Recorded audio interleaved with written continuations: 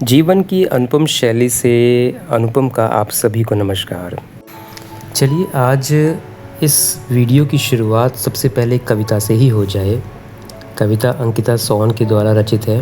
वो कहती हैं, सपनों का एक आशियाना हो, पहाड़ों के उस पार ठिकाना हो, सर्दी की सुबह पर्दों से झांकती धूप हो, दुनियादारी से परे अपना एक संसार हो, जहाँ तुम और मैं और ढेर सारा प्यार हो, फुर्सत के पुलिंदे चार हों, जहाँ ना कोई रफ्तार हो, तुम्हारे हाथ की बनी चाय और गुड़ की मिठास हो, उम्र का वह आखिरी पड़ाव जहाँ सपने ना हजार हो, सिर्फ ढेर सारा प्यार हो, बस सपनों का आशियाना हो, पहाड़ के उस पार ठिकाना हो। तो इस कविता के साथ में आपको अंदाज़ा लग गया होगा कि मैं क्या कहना चाह रहा हूँ। ये उन लोगों के लिए ये वीडियो होगा जो पहाड़ों पे अपना एक घर बनाना चाहते हैं। तो आज का ये वीडियो किसी होमस्टे या स्थान पे आधारित नहीं है। आज का टॉपिक एक प्रचलित डिस्कशन है आज का, वो ये कि पहाड़ों पे ज़मीन कैसे ली जाए या नालियाँ कैसे ली जाए, उन पे घर कैसे बनाया जाए और किन से संपर्क किया जाए। पहाड़ों पे मेरा काफ़ी आना जाना रहा है, तो यहाँ के जो लोकल्स हैं और जो एडमिनिस्ट्रेशन में जो लोग हैं उनसे मेरी काफ़ी बातचीत हुई और उनके ही जो शेयर्ड एक्सपीरियंस थे उस पे मैंने कुछ पॉइंट्स डेवलप किए हैं और वो पॉइंट्स आपको डेफिनेटली फ्यूचर में काम आ सकते हैं।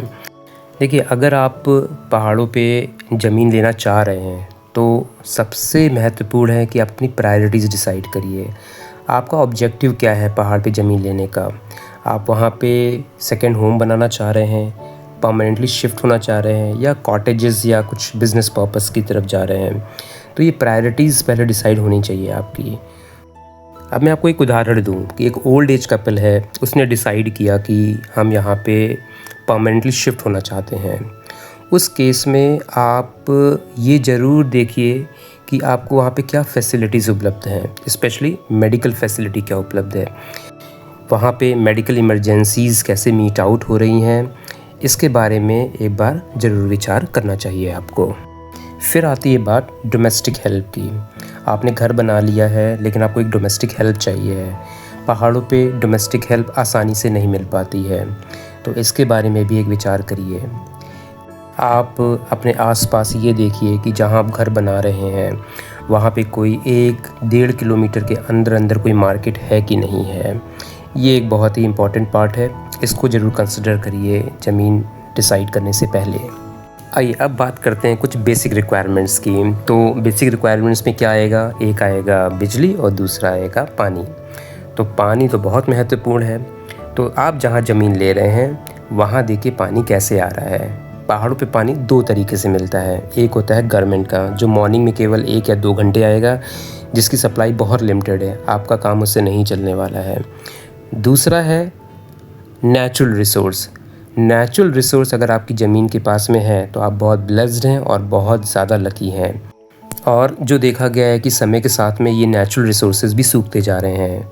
तो अब बात आती है पानी का इंतज़ाम कैसे किया जाए। तो उसके लिए आपको पानी ख़रीदना पड़ेगा यहाँ पे लोकल से, या गवर्नमेंट की टंकियाँ आती हैं उनसे आपको पानी ख़रीदना पड़ेगा। तो आप ये मान लीजिए अगर आपने घर बनाया है तो लॉन्ग लाइफ पानी आपको ख़रीदना ही पड़ेगा। पानी थोड़ा महंगा है यहाँ पे, आप समझ लीजिए कि हर महीने और हर साल का खर्चा कितना आएगा पानी का। एक चीज़ और देखी गई है कि जो लोकल्स होते हैं वो कभी कभी नेचुरल रिसोर्सेज पे अपना कंट्रोल रखते हैं, तो वो भी पानी बेचते हैं और उनके द्वारा बेचा गया पानी थोड़ा सा महंगा होता है, तो इसको भी आप ज़रूर देख लें एक बार। फिर आती है बात बिजली की। बिजली आपको उत्तराखंड में या पहाड़ों पे मिल जाएगी आसानी से, क्योंकि गवर्नमेंट ने यहाँ पे पोल्स, ट्रांसफार्मर्स जगह जगह लगा रखे हैं और बिजली मैदानी इलाकों के कंपेयर में सस्ती भी है। तो मुझे नहीं लगता कि बिजली की कोई ज़्यादा दिक्कत आने वाली है। हाँ, लेकिन जो कनेक्शन लेना होता है वो थोड़ा ज़्यादा महंगा है मैदानी इलाकों के कंपेयर में, जो मैंने कंपेयर करके देखा हुआ है। तो आप भी इसको पता लगाइएगा कि आपका कनेक्शन कितना पड़ रहा है आपको लेने से पहले। आइए अब एक उदाहरण लेते हैं कि कोई old age couple second home बनाना चाह रहा है, मतलब कि कुछ दिनों रहेंगे और फिर हम अपने वापस मैदानी इलाकों में चले जाएंगे, तो उनके लिए भी मेडिकल फैसिलिटी और मेडिकल इमरजेंसी का पॉइंट उतना ही इम्पॉर्टेंट है।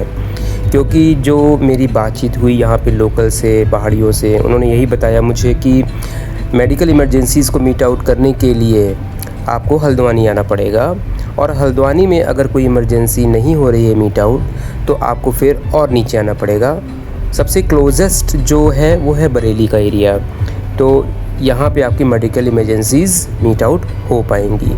तो इनको भी एक बार कंसिडर करिएगा पहाड़ों पे ज़मीन लेने से पहले।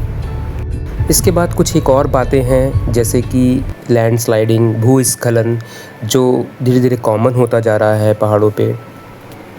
साथ में जब बारिशें बहुत तेज़ होती हैं तो जो डैमेज होते हैं घरों में, उनको रिपेयर कराना, ये सारी चीज़ें आसान नहीं होती हैं, स्पेशली अगर कोई ओल्ड एज कपल है। तो इन चीज़ों पे भी ध्यान रखना चाहिए कोई भी डिसीजन लेना है तो। और मेरी सारी कही बातें किसी भी यंग कपल के लिए भी इम्प्लीमेंट होती हैं, उनके लिए भी एप्लीकेबल होंगी, तो उनको भी इन सभी बातों का थोड़ा सा ध्यान रखना चाहिए। तो सारांश ये है कि अगर आप परमानेंटली शिफ्ट हो रहे हैं तो बहुत सारे पॉइंट्स का आपको ध्यान रखना पड़ेगा और ये विचारणीय है। और अगर आप सोच रहे हैं कि नहीं, हम कुछ एक दिन, 10 दिन, 15 दिन के लिए रहेंगे, वापस आ जाएंगे, तो आप पहाड़ों पे रहने का सोच सकते हैं। अब यहाँ पे मैं कुछ उन पॉइंट्स को डिस्कस करूँगा जिससे आपको सहायता मिलेगी कि ज़मीन वहाँ पे ख़रीदे कैसे। जैसे आप पहाड़ों पे गए, अब आप किसको संपर्क करेंगे वहाँ पे?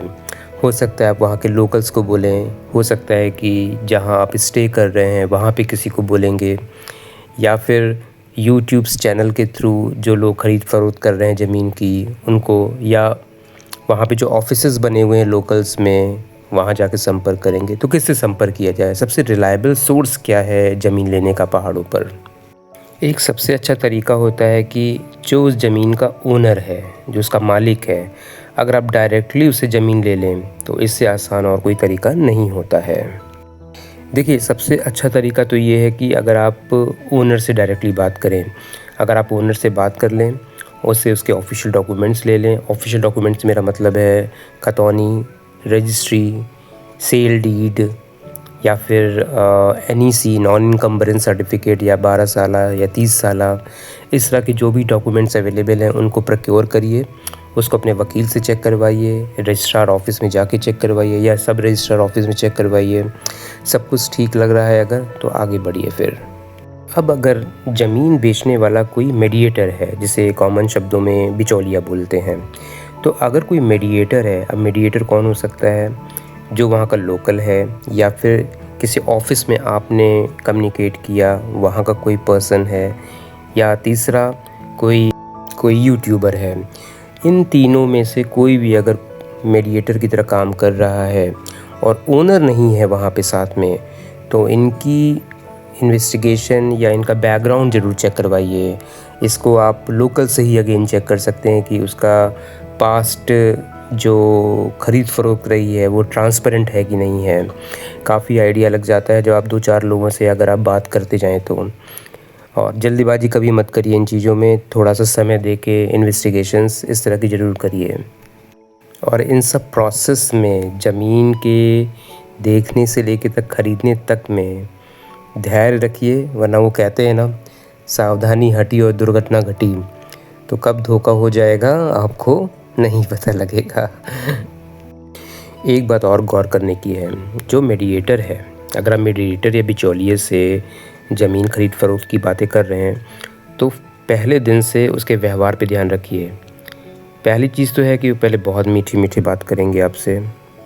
दूसरी चीज़, क्या उनके व्यवहार में कुछ परिवर्तन आ रहा है? मतलब पहली विज़िट में उन्होंने आपसे कुछ कहा, दूसरी विज़िट में कुछ और कहा। जैसे पहली विज़िट में ये कहा कि ये ज़मीन इतनी है, दूसरी विज़िट में बोलेगा नहीं ये ज़मीन इतनी नहीं उतनी है, तीसरी विज़िट में आप ये ले सकते हैं, आप वो नहीं ले सकते हैं। कुछ विज़िट में बोलेगा यहाँ से सड़क जाएगी, वहाँ से सड़क नहीं जाएगी।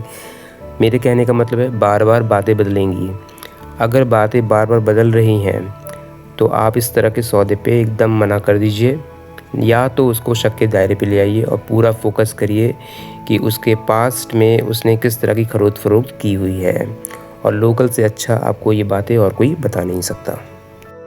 एक और बहुत अच्छा सोर्स है जो मैं शेयर कर रहा हूँ आपसे यहाँ पे, वो है ऑफिशियल्स, मतलब वहाँ के अमीन या पटवारी। जैसे मैदानी इलाकों में अमीन और पटवारी होते हैं, वैसे ही पहाड़ी इलाकों में भी हैं। तो अमीन या पटवारी से अगर आपका कम्युनिकेशन हो सकता है, और कोई बहुत मुश्किल नहीं होता है, आप वहाँ के लोकल से ही, जहाँ पे स्टे कर रहे हैं वहाँ से ही आपको उनके अमीन का नाम, उस जगह के अमीन का नाम या फिर वहाँ के पटवारी का नाम आपको पता लग जाएगा, और फ़ोन नंबर भी मिल जाएगा। आप उनको कॉल करिए, आप उनको बताइए कि हम यहाँ ज़मीन लेना चाह रहे हैं। वो आपके संपर्क में आएंगे और वो आपको एक मोटी मोटी बातें बता देंगे। बट स्टिल आप अपना जो काम है, जैसे डॉक्यूमेंट्स को चेक कराना, वो ज़रूर चेक करवाइए। फिर भी उनके थ्रू आपको एक आइडिया लग जाएगा कि हाँ ये ज़मीन साफ़ सुथरी है या नहीं है। एक चीज़ मैं और यहाँ पे ऐड कर दूँ कि अगर बाई चांस आपको कोई ज़मीन पसंद आ जाए तो इमीडिएटली पहली या दूसरी विज़िट में मीडिएटर या ओनर को बोलिए कि अमीन या पटवारी को बुलाएं और इस ज़मीन की नाप करवाएं। मोस्ट ऑफ द टाइम 99.9% मैं अपने एक्सपीरियंस से और वहाँ के एक्सपीरियंस से बता रहा हूँ कि लोगों को, मीडिएटर को पता ही नहीं होता है कि ज़मीन है कितनी एक्चुअली में। वो बताएगा आपको 4 नाली निकलेगी 3 नाली, या बताएगा 3 नाली निकलेगी 4 नाली, वैसी वर्षा। तो तुरंत अमीन को बुलवाइए और चेक करवा लीजिए कि ज़मीन कितनी है, कितनी आपको बताई जा रही है, और वो चेक करके आपको नाप के, पेपर पे नाप के, मैप बना के आपको तुरंत दे देगा। कुछ खर्चा आएगा 6-7 हज़ार रुपये का, वो ज़रूर करवा लीजिए। कोई भी टोकन अमाउंट या बयाना पहले मत दीजिए, पहले यही काम करवाइए। इससे आप बहुत फ़ायदे में रहेंगे हमेशा। ऐसा करने को मैं आपसे इसलिए कह रहा हूँ क्योंकि रिसेंटली मुक्तेश्वर में एक पार्टी के साथ ऐसा ही हुआ। वहाँ के मीडिएटर ने उस पार्टी को A से B पॉइंट का एरिया, जैसे मान लीजिए पार्टी गई, उसने कहा कि 3 नाली मुझे चाहिए, तो उसने, मीडिएटर ने बोला कि A से B पॉइंट का जो एरिया है वो 3 नाली का है। ठीक, अब उसने कुछ बयाना या टोकन अमाउंट, अच्छा खासा टोकन अमाउंट दे दिया। देने के बाद में अब अमीन आया, अमीन ने नाप किया। अमीन ने कहा A से B पॉइंट का एरिया 3 नाली नहीं है, वो लगभग 4.5-5 नाली का एरिया है। अब आप ऐसे में क्या करेंगे? एरिया एक्चुअली में जो है वो 4.5-5 नाली का है, बट बताया गया आपको 3 नाली का वही एरिया। ऐसे में आपको अपना बजट बढ़ाना पड़ेगा और जगह लेनी पड़ेगी जो आपको बताई गई थी एक्चुअली में 3 नाली की। तो ऐसे में आपका बजट बिगड़ जाएगा और टोकन अमाउंट या बयाना अमाउंट देके आप ऑलरेडी फंस चुके होंगे। तो नपाई ज़रूर कराइए किसी भी अमाउंट को देने से पहले। दूसरा सबसे इम्पॉर्टेंट पॉइंट आता है संपर्क के बाद में, वो है type of land. Type of land से मेरा मतलब है कि ज़मीन वो भुरभुरी है या फिर सॉलिड है, ठोस है। तो अगर ज़मीन भुरभुरी होगी, सॉफ्ट होगी, तो उस पर बनाया हुआ कंस्ट्रक्शन भूस्खलित या लैंडस्लाइड हो सकता है। अगर ज़मीन सॉलिड होगी तो वो कंस्ट्रक्शन के लिए अच्छी मानी जाएगी। तो इन दोनों चीज़ों को पता लगाने के लिए वहाँ के डिपार्टमेंट्स हैं, वहाँ पे देहरादून में डिपार्टमेंट्स है जहाँ पे सॉइल सैम्पलिंग के थ्रू पता लग जाता है कि ज़मीन कैसी है। दूसरा तरीका है कि जो अमीन जो नाप करते हैं ज़मीन की, वो आपको काफ़ी इन्फॉर्मेशन दे सकते हैं कि ज़मीन कैसी है वो। अगर ज़मीन भूस्खलित है या फिर भुरभुरी है, सॉफ्ट है, तो ज़मीन के लिए आप मना करें, सॉलिड ज़मीन की तरफ देखिए। और तीसरा महत्वपूर्ण पॉइंट है कि श्रेणी क्या है ज़मीन की। अलग अलग श्रेणियाँ होती हैं ज़मीन की, जैसे मैदानी इलाकों में श्रेणियाँ हैं, वैसे ही आपके उत्तराखंड में भी अलग अलग श्रेणियाँ होती हैं। जितने भी नॉन उत्तराखंडी हैं, जो उत्तराखंड को बिलोंग नहीं कर सकते हैं, वो केवल वर्ग 1 क की ज़मीन ले सकते हैं। ध्यान रखिएगा, वर्ग 1 क की ज़मीन जो संक्रमणीय अधिकारों में हो, तो ऐसी ज़मीनें ही आप ले सकते हैं। इसके अलावा आपको कोई भी ज़मीन नहीं खरीदनी है। और श्रेणी आपको खतौनी से पता लगेगी। खतौनी के पहले पेज में ही लिखा होता है कि ये ज़मीन किस तरह की है। इसके अलावा आजकल दूसरी ज़मीन प्रचलित हो गई है, वो है शेड्यूल कास्ट एंड ट्राइब की ज़मीन। शेड्यूल कास्ट और ट्राइब की ज़मीन थोड़ी सस्ती होती है, तो लोग उसको लेने की कोशिश करते हैं, बट इनमें बहुत सारी प्रॉब्लम जुड़ी हुई है। जैसे कि आपको 2 रजिस्ट्री करानी पड़ेगी। पहली रजिस्ट्री एक उत्तराखंडी के नाम से होगी जो जनरल कास्ट का होगा, और उसके बाद आपके नाम से होगी। तो ये कॉम्प्लिकेटेड चीज़ें हैं, इनके पीछे आप मत पड़िए और खतौनी में नाम चढ़ने में बहुत दिक्कत आएगी। गवर्नमेंट्स के अपने इंटरफेरेंसेस हैं, तो try to avoid such lands in Uttarakhand. एक बात मैं और जोड़ दूं यहाँ पे कि जब भी कोई ज़मीन लेने जा रहे हैं आप, इमीडिएटली मैप मंगवा लीजिए उस ज़मीन का, उस पहाड़ का मैप मंगवा लीजिए। पहाड़ों पे छोटी छोटी पगडंडियों में भी गवर्नमेंट के रोड के प्लान्स होते हैं और वो रोड्स प्रपोज्ड होती हैं उस मैप में। ऐसा ना हो जाए कहीं कि आपने नाली ले ली, 1 या 2 नाली ले ली, और जब एक्सपेंशन का टाइम आया गवर्नमेंट का तो उसमें आपकी अच्छी खासी ज़मीन चली गई। मेन हाईवेज़ पे भी देख लीजिए कि मेन हाईवे से आपकी ज़मीन कितनी दूर है। अगर हाईवे की क्लोज़ रही तो उसमें भी आपकी लैंड के जाने के बहुत ज़्यादा चांसेस हैं। कभी कभी इतनी क्लोज़ होती है कि आपकी जो कंस्ट्रक्शन है वो इफ़ेक्ट हो जाता है। मान लीजिए कोई पथरीला पहाड़ है, गवर्नमेंट को रोड को बढ़ाना है, चौड़ा करना है, एक्सपेंशन करना है, उस केस में पहाड़ को काट दिया जाता है। ऐसा अगर हुआ तो आपकी फाउंडेशन, आपके घर को भी प्रभाव पड़ सकता है। कुछ बातें ऐसी छोटी छोटी हैं जिनका ध्यान रखना बहुत ज़रूरी है। जानकारी उपलब्ध है, सुनिए उसको, समझिए, पढ़िए और कुछ भी लेने से पहले हर चीज़ का ध्यान रखिए। मेरे आने वाले दूसरे वीडियोस में मैं और भी बहुत सारी इन्फॉर्मेशन आपसे शेयर करूँगा। आप में से कोई भी जो ज़मीन ख़रीदने में इच्छुक है अगर पहाड़ों पे, तो आप संबंधित प्रश्न पूछ सकते हैं, कमेंट में डाल दीजिए, मैं उस पर एक छोटा सा वीडियो बना सकता हूँ। बस इतना ख्याल रखिए कि जब भी पहाड़ों पे ज़मीन लेने जाए, क्योंकि बहुत सारे लोग पहाड़ों पे ज़मीन लेना चाहते हैं, अपना घर या आशियाना बनाना चाहते हैं वहाँ पे, तो ख़रीदने वाले को भी बहुत जल्दी होती है। और जो मीडिएटर होते हैं स्पेशली, वो आपके डेस्परेशन को यूज़ करेंगे। वो ये देखेंगे कितने डेस्परेट हैं आप। एक साइकोलॉजिकल गेम होता है बेसिकली उनका, कि आप कितना ज़्यादा इच्छुक हैं ज़मीन लेने के। आपसे वो बोलेंगे कि ज़मीन बिकती जा रही है यहाँ पे, अब तो बची ही नहीं कोई ज़मीन, और ज़मीनों के दाम जो है वो 40 लाख 30 लाख तक हो गए हैं। तो चिंता मत करिए, बस धैर्य रखिए और प्रोसेस में चलते रहिए जैसा मैंने आपको बताया है। अगर ज़मीन आपको मिलनी है तो सफलता आपको मिल जाएगी। एक बात और जो बहुत ज़्यादा इम्पॉर्टेंट है, आप पहाड़ों पे घर बनाइए, लेकिन अगर आपकी वाकई में आवश्यकता है, क्योंकि पहाड़ों पे बहुत प्रेशर बनता जा रहा है, वहाँ के रिसोर्सेज सूखते जा रहे हैं, स्पेशली पानी जो एक क्रूशियल पॉइंट पे आ गया है, भूस्खलन बढ़ता जा रहा है।